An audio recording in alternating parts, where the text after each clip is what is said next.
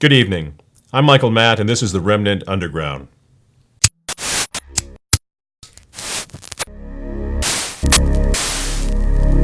So it's been 1 week since the big election. It seems like a month or more. There's a lot to process, and I guess the best takeaway, not to be too smug, but the best takeaway is the liberal, blubbering, angry cry fest that's going on all over this country. I can't believe this. We all went through not one but two elections of the insufferable pro-abortion Barack Obama, right? And I don't remember any of us in need of therapy. Do you remember this, Rob?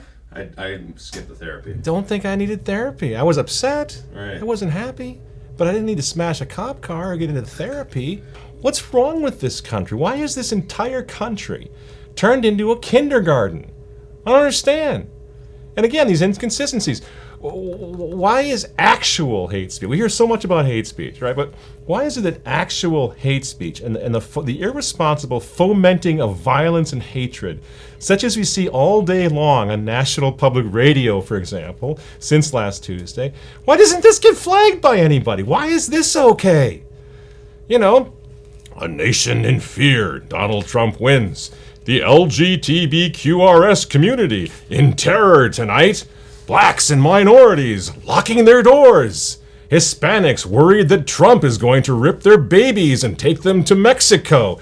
This is just ridiculous scare tactics going on public radio, public TV. This is just how it goes. That's just fine. That's to be expected.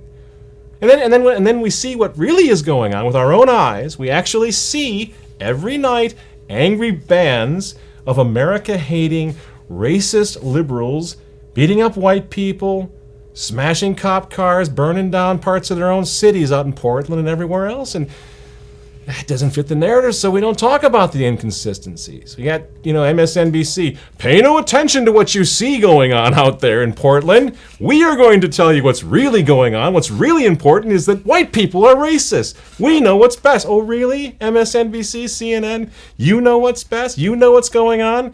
Just like you knew what was really going on with this election for the past 15 months? Forget that. For the past couple of weeks, couple of days before the election, when you were so dead wrong, you experts. Remember those talking heads, by the way, all over CNN and elsewhere, even Fox to some extent, when Trump committed that mortal sin, when he said that he was going to wait and see before accepting the election results. Remember that? Oh, the humanity, the horror. Why? He's undermining the foundation of our sacred democracy. This madman must be stopped. We heard it night after he made those famous statements in the third debate. But now think about this. What do we have going on right now? We have tens of thousands of these anarchists, paid anarchists, out there on the left coast burning flags and screaming, "Not my president!" So they didn't accept those election results, did they? And those same talking heads who were so irate over Donald Trump saying he might wait and see, now what do we hear from these people? Well, I think these protests are so important to the healing process. They're necessary. They're a good thing for our country. Double standard? Maybe just a tiny bit. Maybe just a tiny.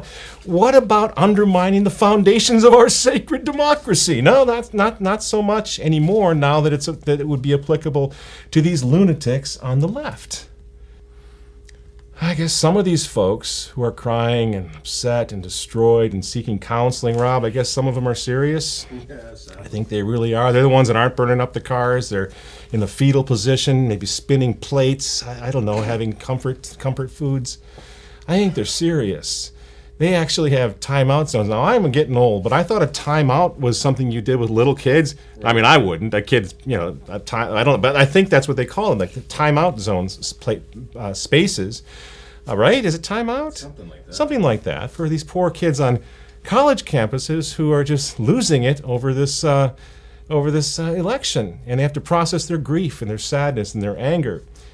Now, I've come to believe that these odd little millennial people are actually serious. They really are devastated. I mean, right here in St. Paul, for example, the venerable St. Thomas University, my erstwhile alma mater, by the way, before my father yanked me out of it for being anti-Catholic back in 1987 already, and sent me out to Christendom College. But St. Thomas University has sent out a memo announcing that, quote, and I don't know if I'm going to be able to read this without losing it, but I'll try. Quote, remember, venerable Catholic University, established in 1880 or whatever by Archbishop John Ireland. Quote, the Wellness Center will provide space and time for the remainder of the semester for students, faculty, and staff who find themselves needing a retreat during the day after the election of Donald Trump. Cushions will be laid out with hot tea and a quiet space to calm the mind and spirit, end quote. Rob, this is at an institution of higher learning. Cushions and hot tea. Because they didn't like the election results. They didn't like the fact that the biggest pro-abort in the history of electoral politics didn't get elected, and this is a Catholic university. Again, the truly tragic part of this is I think they're real. They're sitting around in circles, holding hands and weeping and trying to get through this. And let's not forget, these are the great-grandchildren of the Depression era people, of the greatest generation, the World War II generation. These kids, these snotty little brats, need cushions and hot tea to endure an election that didn't go their way. We must just pray that nothing truly tragic ever happens in their lives, like a natural disaster that cut off their Wi-Fi for a few days.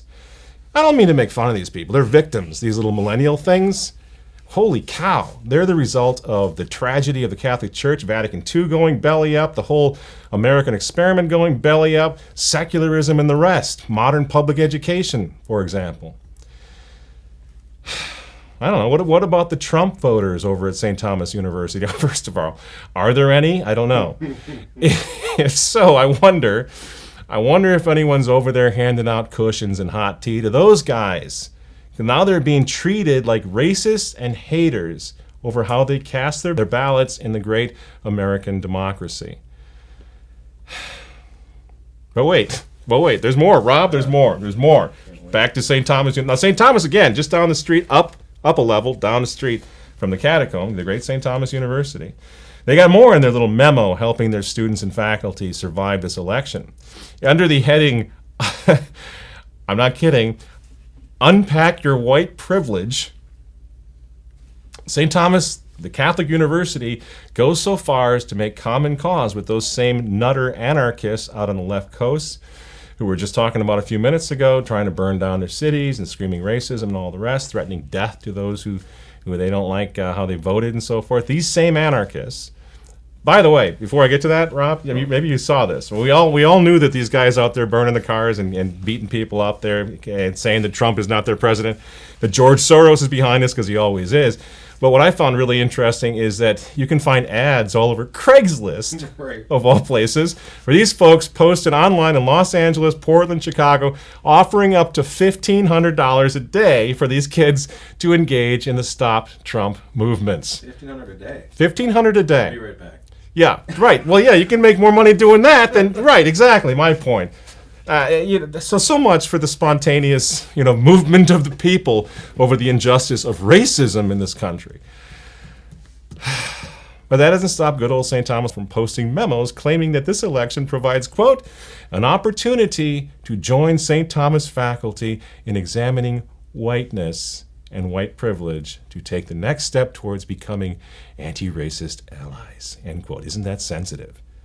Even the insufferable liberal Michael Moore denounced this sort of thing as hate speech, to his credit, when he appeared on the Morning Joe show, is that what it's called, with Joe Scarborough last week. And he was fair enough to really denounce this whole idea. It was a very dangerous idea, the radical, liberal, and truly dangerous charge that Trump supporters are a bunch of racists, which is what we were hearing 24/7 out of the left and out of the media. So here's how that went down. Co-host Joe Scarborough says, quote, I have to repeat it again because it's maddening. So he's mad too, just like we are. So Scarborough, a liberal, says it's maddening. People who live by data should die by data. And the data, according to Nate Cohn of the New York Times, says this, and let those who have ears to hear, hear. The very people who helped elect Barack Obama president of the United States twice, just elected in Wisconsin, in Michigan, in Ohio, in Pennsylvania, One Donald J. Trump.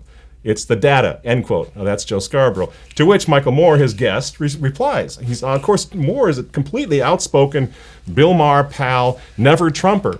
But still, he's Catholic, and I guess he has some semblance of a conscience down there in his massive being, and he responded in the right way. He says, quote, "You have to accept that millions of people who voted for Barack Obama, some of them once, some of them twice, changed their minds this time.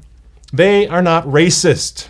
They twice voted for a man whose middle name is Hussein. That's the America you live in," end quote.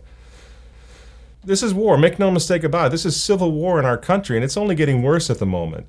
And part of it is because of the irresponsible attitude of the left, in the media especially, but also politicians and social uplift people who are so caring most of the time, but right now couldn't care any less. And they're trying to foment violence in this country because they didn't get their way in this election.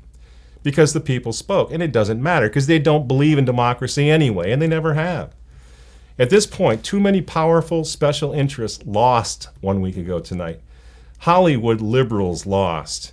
Thanks very much, Tom Hanks, for your snappy little PSA there. That was great, denouncing conservatives and denouncing Trump and people who support him.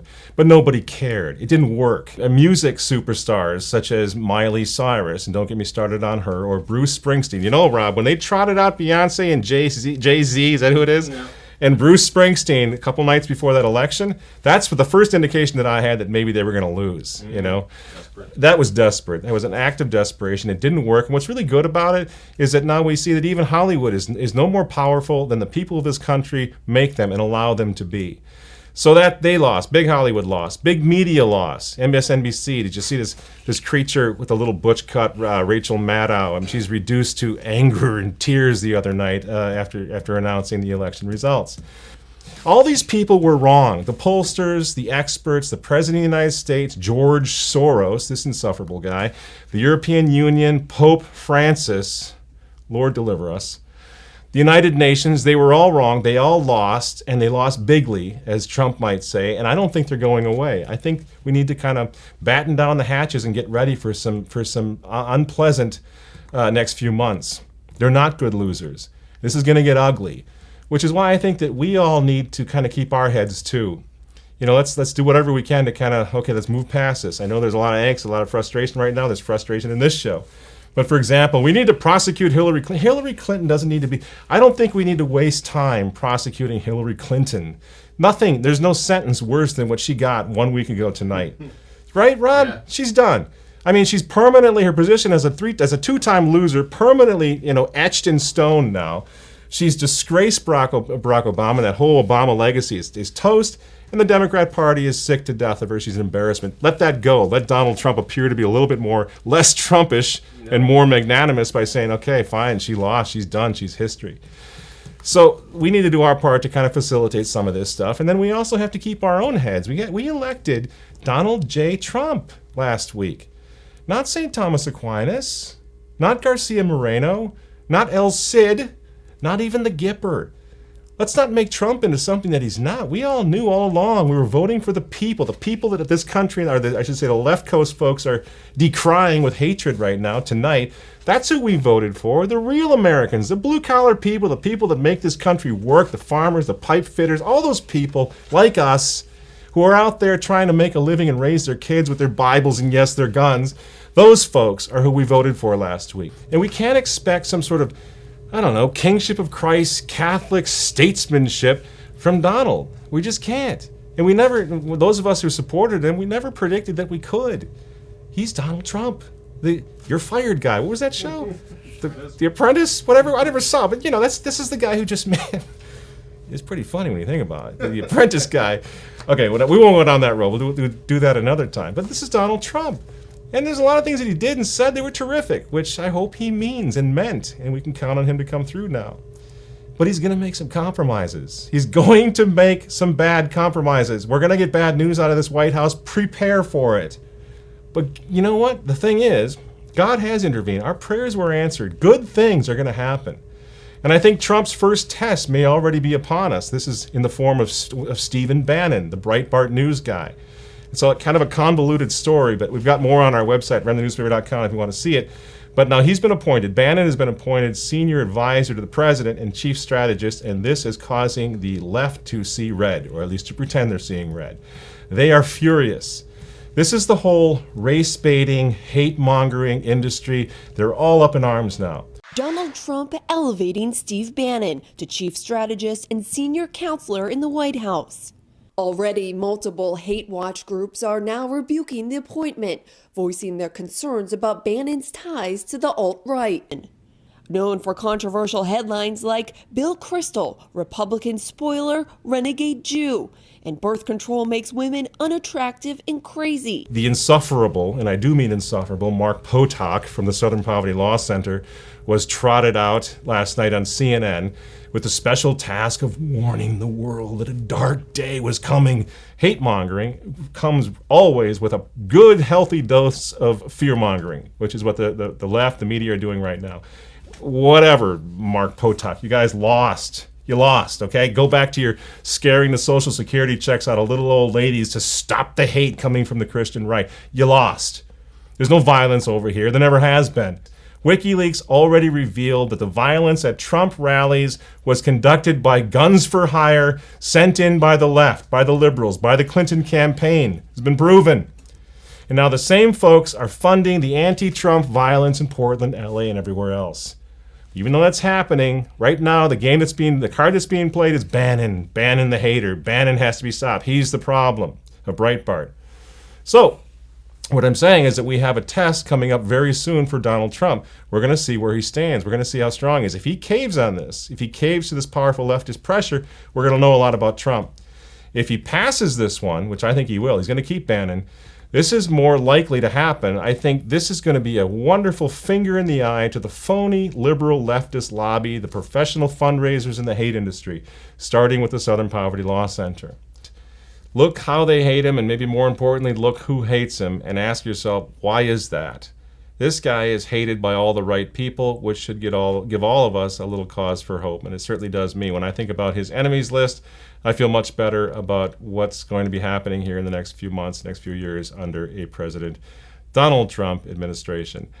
That's going to do it for me, folks. Don't forget about the 50 Cent Club. We need your help. I think there's a button right up here if you want to hit that and join us. That's great because obviously a lot of things are going to be happening, and we're going to be down here every week for sure to bring commentary on this unfolding and historic situation in our country and in the church. So thanks very much. I'm Michael Matt, and we'll see you next week.